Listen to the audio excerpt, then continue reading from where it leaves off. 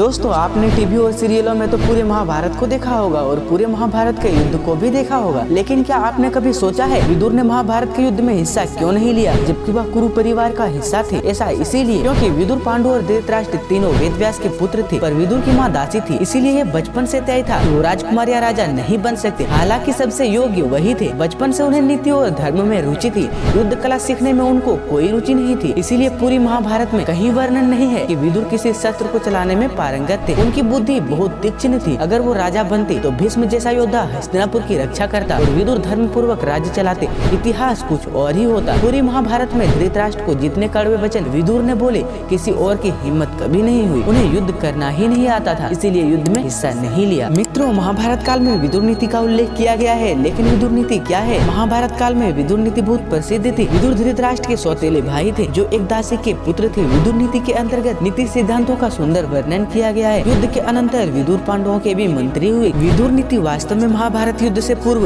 युद्ध के परिणाम के प्रति संकेत हस्तिनापुर के महाराज धृतराष्ट्र के साथ उनका संवाद है। युद्ध के पूर्व महाराजा धृतराष्ट्र अपने सलाहकार विदुर को बुलाकर अच्छे और बुरे के बारे में चर्चा करते हैं। यह संवाद महर्षि वेदव्यास द्वारा रचित महाभारत में भी वर्णित है। इसके प्रमुख बिंदु निम्नलिखित है। नंबर 1, खुद को सर्वशक्तिमान समझना और दूसरों की निंदा करने वाला इंसान जल्द ही मृत्यु को प्राप्त हो जाता है। खुद को छोड़ अन्य सभी चीजों में बुराई देखने से वह एक खुशहाल जीवन से दूर हो जाता है। नंबर 2, क्रोध इंसान का सबसे बड़ा दुश्मन है। यह क्रोध उसकी सोचने की शक्ति को भी छीन लेता है। इसी क्रोध के कारण व्यक्ति बड़ी से बड़ी समस्याओं में फंस जाता है। शास्त्रों के अनुसार अधिक क्रोधी इंसान नरक को पाता है। नंबर 3, ईर्ष्या, दूसरों से घृणा करने वाला, असंतुष्ट, क्रोध करने वाला, शंकालु और पराश्रित, दूसरों पर आश्रित रहने वाला, इन 6 प्रकार के व्यक्ति सदा दुखी रहते हैं। नंबर 4, जो अच्छे कर्म करता है और बुरे कर्मों से दूर रहता है, साथ ही जो ईश्वर में भरोसा रखता है और श्रद्धालु है, उसके ये सद्गुण पंडित होने के लक्षण है। नंबर 5, अधिक और व्यर्थ बोलने वाला व्यक्ति कई बार ऐसी बात कह जाता है जिसके कारण उसे भविष्य में नकारात्मक परिणामों को झेलना पड़ता है। इसीलिए अधिक शब्दों का प्रयोग न करके वाणी को संयमित रखना चाहिए, क्योंकि असंयमित वाणी से आयु कम होती है। तो दोस्तों, ये है विदुर नीति जो महाभारत में उल्लेख किया गया है, जो हमने आपके साथ शेयर किया है। आपको अच्छी लगी हो दूसरों के पास भी शेयर कीजिए और वीडियो को लाइक और चैनल को सब्सक्राइब करना बिल्कुल ना भूलना। हम यहाँ पर आपको कुछ न कुछ नया ही सिखाएंगे।